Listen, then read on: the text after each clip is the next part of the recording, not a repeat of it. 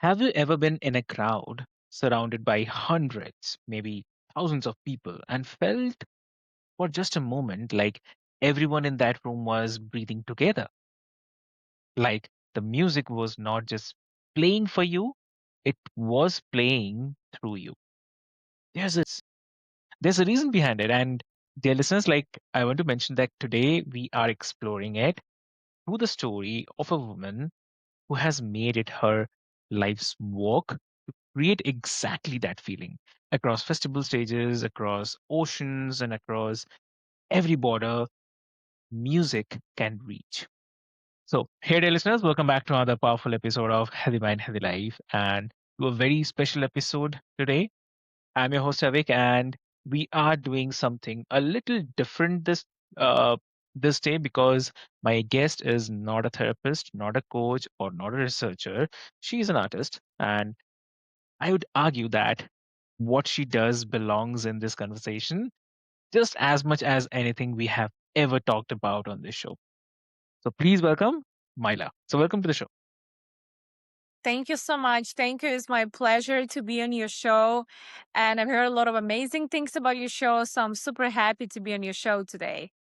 Amazing, amazing. I'm really happy that you're here today. And dear listeners, before we get deep dive into the discussion today, I'll quickly love to introduce you with Myla. So Myla is a rising force in the global electronic music scene, known for her melodic, uplifting soundscapes that don't just fill a dance floor, they fill the space between people. So she recently opened for Cascade during one of the most iconic cultural events in the world, the Sundance Film Festival, and she's about to take her music literally to the open sea, performing abroad a cruise to the Bahamas in early 2026. And today we are not just talking about the music, we are talking about the journey, the inner one. So I'll not take much of your time. Let's get started. Welcome to the show again, Myla. Thank you. Thank you. Super excited. Lovely, lovely.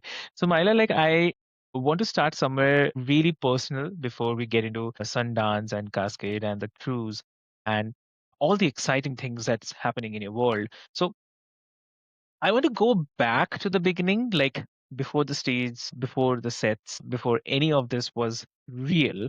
What was the moment, or maybe I would say a series of moments when you knew that electronic music was not just something you loved, but something you were meant to do? Well, electronic music, I love all electronic music, like melodic techno. I also like indie dance. I feel like music in general, it's the way people connect. And also, the music is also changing. So, I also love like melodic techno is my favorite. I also love indie dance. So I feel like it's just so beautiful the way it connects people and just yeah, it's amazing to see people dance and like enjoy dancing to my music and yeah, it's just an amazing feeling.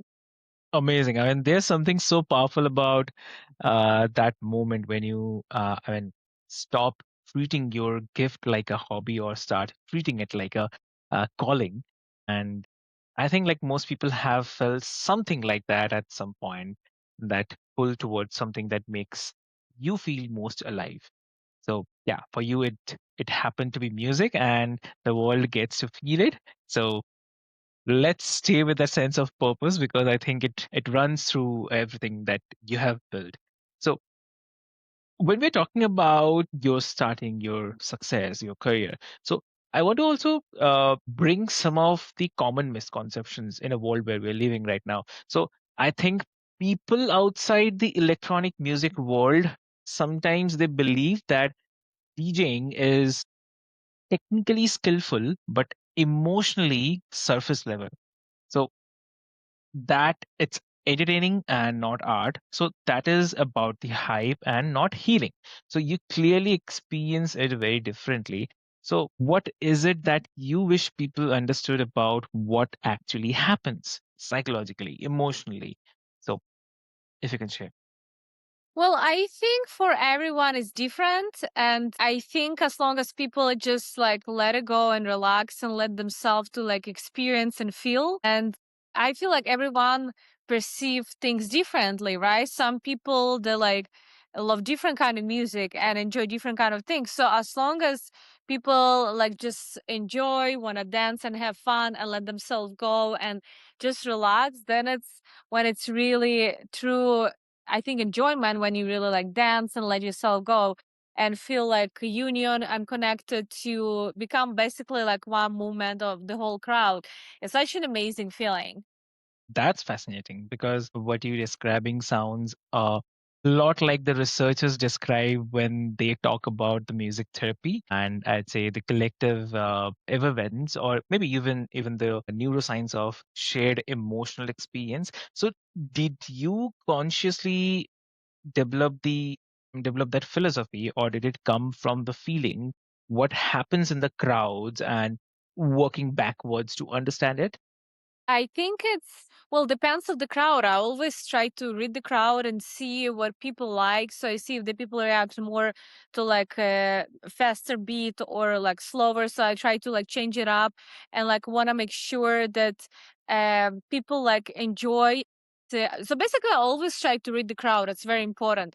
And for example, I see if people like depends if it's a lot of Latin people in the crowd, so I will like throw some Latin songs because I know they will like it because they can sing along, they understand the language.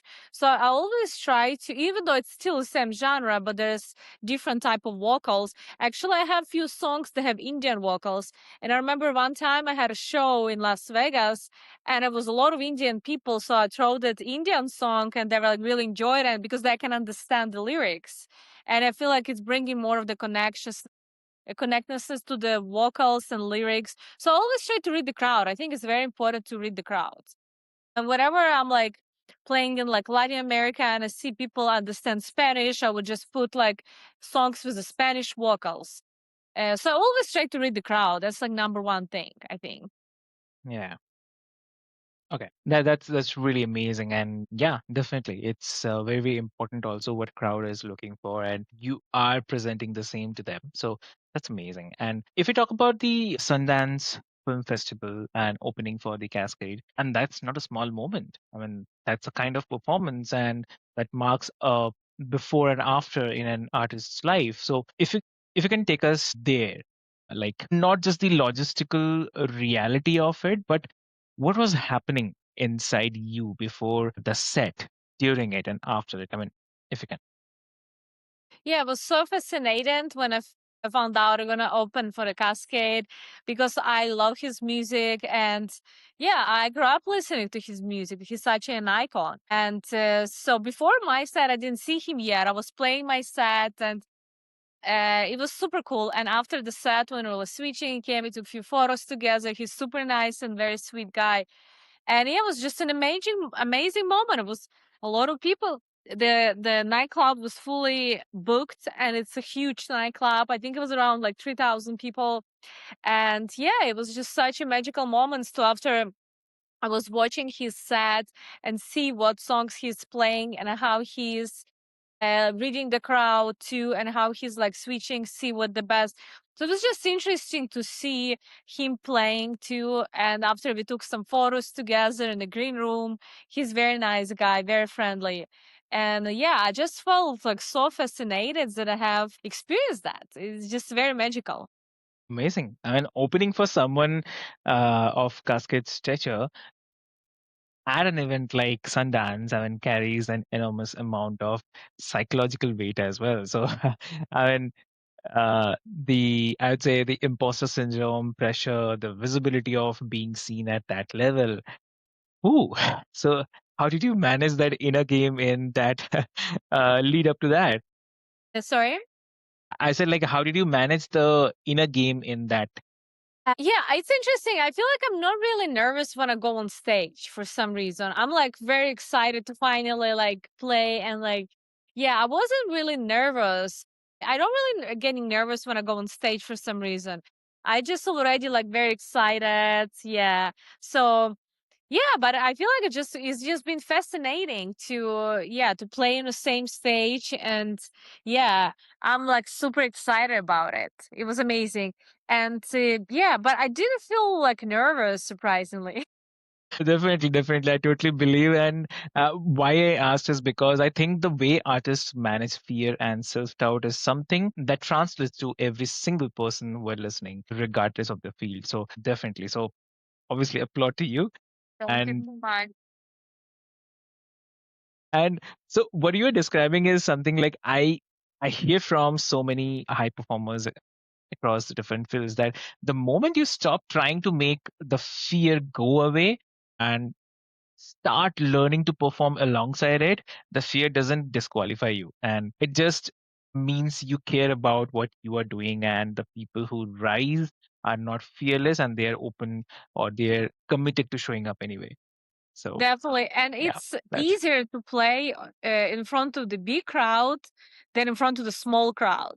It's way harder when there's only like few people to like make them dance and loosen up. When it's a lot of people, people already like, I feel like they're just dancing. It's like easier. They're already there to like rave. And it's, yeah, that's why okay, when I went on stage, it was already full and it was pretty easy already because people like already to like go and dance. Yeah, it's been super fun. amazing, amazing. And like, Myla, like your sound is described as melodic and uplifting. And I want to explore that intention, like, because in a genre that can lean toward pure adrenaline or the emotional escape, you seem to be deliberately creating something that elevates rather than just excites. What's the difference in your mind between the music that helps people escape themselves and music that helps people come home to themselves? What do you have to say? Think it's well with melodic techno it's there's a lot of like emotional like breakdown, so it's like very small going like lyrics and basically like no beats at all, so it gives like this like relaxation like or after like building intention and after when the drop it's like releasing dopamine right away because it's like it was like a long tension going and it's finally like happened. So I think like that moment it's really like what's make people like super excited, but without like a long tension. Sometimes even like could be like a silent for a second, because even silence a very big part of music. It's like clearing, it's like clearing, like have like clean state, and after you like wow, because when it's something always happening, it doesn't give like clear moment, and after again like experience like from fresh point of view. Exactly. Yeah, yeah. So you're performing across very different environments, festival stages, and now a cruise ship to the Bahamas. And the same artist, the same music, but completely different physical and the cultural context. So what does it do to your artistries to have to translate your sound for such different spaces and the audiences? Like, does the music change, or do you tune into something different? Like, Well, sometimes, yeah, I change a little bit when I see it's more like daytime. I can really play like very like harder, like melodic techno. I play more like beat and more like daytime. And but when I play like more like nightclub and sometimes like those raves like late at night, I know when people like already are ready to like rave, and then I play like hard style. And when I play in Amsterdam and Miami Music Week, I know that Netherlands, it's so big in techno music and they like really like harder techno style. So I was playing a little harder. So it always depends of the crowd and where I'm playing. But I mean, the style is still same. Sometimes you just play like either like more upbeat and more like chill dancey, or more like harder style when I know people like they're ready to rave already and like dance. It's definitely like number one thing. It's always like need to read the crowd and see where you're performing and what people like, like see what is the crowd like vibing to, for sure. exactly. And yeah, definitely. And the cruise to Bahamas, I love this one because it's genuinely unique and there's something almost poetic about bringing electronic music to the open sea. I mean, there is no city lights, no venue halls or the walls, just water and horizon and sound. So, what do you think that experience is going to offer to the audience? It was amazing. It was my first time ever on a cruise ship, and It was very cool when I was playing. I think like that we have been in the middle of Atlantic Ocean, and people like you don't know they're very dissociated from everything, from the mainland, so they're just in the ocean dancing. Same. It was for me. It was the same experience. I felt like we were like in the middle of the ocean, and it's just amazing. And the ship is always a little moving, so it was very unusual. I didn't feel it when I was there, but even on the video, I can see that I was like a little bit moving besides me dancing. So it was like, wow, we were actually always a little bit moving. Yeah, but it's amazing. And everyone's just like, wow, it was an incredible experience. And also we were all on the ship and people just like having fun nonstop because the music was not stopping there. It's a party ship. So the music will go Hmm, till morning, like would never stop. So fun. A lot of amazing. fun. Yeah. So I can definitely imagine this and the ocean as a dance floor, and I think it says something beautiful about where your career is heading, and you are not just performing in the spaces that already exists, and you are turning every space that you enter into something it wasn't before. So that's a Yeah, very kind of creative power, I'd say. Yeah, definitely. definitely. And It's been super amazing experience. yeah, yeah, exactly, exactly. And also, like every creative career has, I believe, the chapters that don't go the way you planned, gigs that fall through, opportunities that disappear, moments where you question whether you are on the right path or whether the paths even exists. So definitely, I want to ask you honestly, like, have there been moments in your journey where you genuinely doubted this? Like where the gap between where you were and where you wanted to be felt too wide to cross. Well, I think dubs can be always like here and there. And what I understood that like as long as you like never giving up, it's mean you always gonna win. So basically the key is just to don't give up even if the doubts come. And I feel like in the human nature it's normal to doubt and have like sad days, not always like extremely exciting. It's like a part of a human journey. But I think even those days they're very necessary in order to grow. And also like the key I think it's like never give up. And as long as you never give up, you're always gonna win. Exactly. That's what I've kind of like learned in my experience. Oh, okay. Okay. Okay. So you are at what feels like a pivotal moment. So Sundance and international cruise booking, a momentum clearly building. So, but I want to ask about the version of you that exists beyond the milestones. Like when the performances are over and the applauses fades, what do you come home to inside yourself? Like, what do you want your artistic life to mean beyond the achievements? What my can you repeat please? Yeah, I mean, what do you want your artistic life to mean beyond the achievements? I want my artist life and my music to uplift people, to make them feel happy, and like the music that I produce that I can listen even like driving a car or like doing like running errands, like doing anything. So my goal is to make sure that my music makes people happy, uplift their vibe, and yeah, that's the goal. Exactly. Okay. And when the performances are over, and what do you come home to inside yourself? To me, Yeah, to yourself. yes. Well, you mean like how I feel afterwards?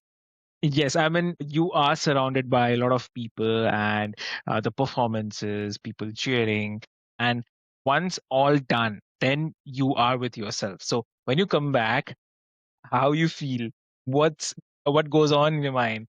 So yeah, Well, I think it's exciting moment to be in front of a lot of people and it's super fun. But it's very important for me to have like alone time and be by myself. So I think like I feel like I'm recharging when I'm by myself. So when I'm alone, I like do a lot of like meditation like every morning and stuff. And I feel like those alone moments super important for me to recharge. So I really enjoy alone time. And when I fully recharge by myself, I can go on a stage and perform.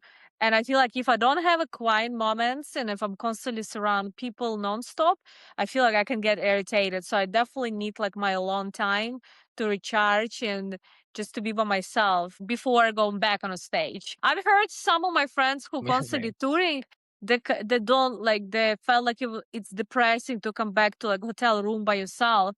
I've heard that stories, but honestly, I don't feel like it. I feel like I want to be already by myself. I feel like I need like quiet moment now when I'm like already been out and about for so long dancing and like had so much fun already. But in a certain point, like I feel like I need time to be just by myself. Yeah. Exactly, exactly. So, for someone who is listening, who is carrying a creative dream, a piece of music, a business, or a book, a vision that they haven't yet given themselves permission to fully pursue, so what would you say to them? I would say just start it and every day do a little progress, even if it doesn't seem like it's able to do like go fully into your passion. As long as you do a little steps and like daily, it will grow eventually. And as long as you never give up and just do a little steps towards your goal and your vision, it's definitely gonna it's definitely gonna grow and become a reality one day. Amazing. So Thank you. I want to definitely sit with that for a moment, because I think what you just said is going to be the thing someone screenshots or replays or writes in the journal today or tonight. And thank you so much for sharing this. And Myla, like this one is for the person who's listening, or maybe they'll be listening later, maybe in their car, maybe just in their bedroom, maybe in the middle of a hard stretch. So, someone who hasn't felt music the way that you describe in a long time, someone who has, I'd say, forgotten what it feels like to be in the crowd and feel held, or to let the sound move through them and feel less alone. So, what would you say to that person? Maybe what would you play for them? Yeah, just listen to the music, relax. And I think in order to like really enjoy and feel music, just need to kind of like be in a moment and don't like think about anything else. Just relax, like be in a moment and let yourself feel the music and like be lost in a moment. I think the whole idea is the music, it's the connecting people and to like fully feel the moment, like be fully present in a moment. Amazing. And also, it's a Mm, sort of definitely. escape too. Like think about some songs you remember from even like childhood or anything that reminds you the memories and everything. So music has a very strong power of like uplifting, or for people who going through certain things. Like there's the breakup songs, right? When people going through the breakups, they listen to certain music. So music is just basically, yeah, it's like a best friend that is always there and like basically help people going through life in more like happy way. Yeah, definitely, definitely. And here's from I want to definitely carry from tonight is like music is not definitely an escape from the life, but it's at its best. It's a doorway back into it. So back into your body, back in the room, back in the beautiful, messy, connected experience of a human being. So that's so lovely. And so Myra, like I mean, for everyone who is listening, who wants to follow your journey, experience your music, and catch you on the cruise or wherever the road takes you next. So, where should they find you? Follow me on Instagram, please. It's MYLATKACHENKO. And also my YouTube channel is same. Also, I go live a lot on my YouTube when I'm like practicing before shows and stuff. I play at home, I go live on YouTube. So you guys can see me live playing when I'm at home. So, yeah, subscribe my page on YouTube is the same like my username on Instagram. And I have a lot of cool upcoming shows coming. So if you happen to be in the area, it would be amazing to join the show. Amazing, amazing. So, dear listeners, all of that will be in the show notes, and go find Myla's music tonight. Seriously, put it on before you go sleep. And Myla, thank you so much for your artistry and your honesty, and for reminding us that healing can come through headphones as well, just as much as it comes through the conversations. So thank you so much. And also for all the listeners, I love to say that I'm going to be thinking about for a while that the discussion that today was a little different. And I hope it was a reminder that wellness is not only found in silence and the stillness. Sometimes it's found in a baseline, in a melody that lifts something in your chest without asking permission. So, in a dance floor full of strangers who, or for 3 minutes, feel like family. So, if this conversation moved you, share it and go find a song that makes you feel alive and let it. So, with this hope, this is your host Avik, and this is Healthy Mind, Healthy Life. Take care of your mind, take care of your heart, and never underestimate what the right song can do. See you in the next one. Thank you so much. Thank you so much. It's a pleasure.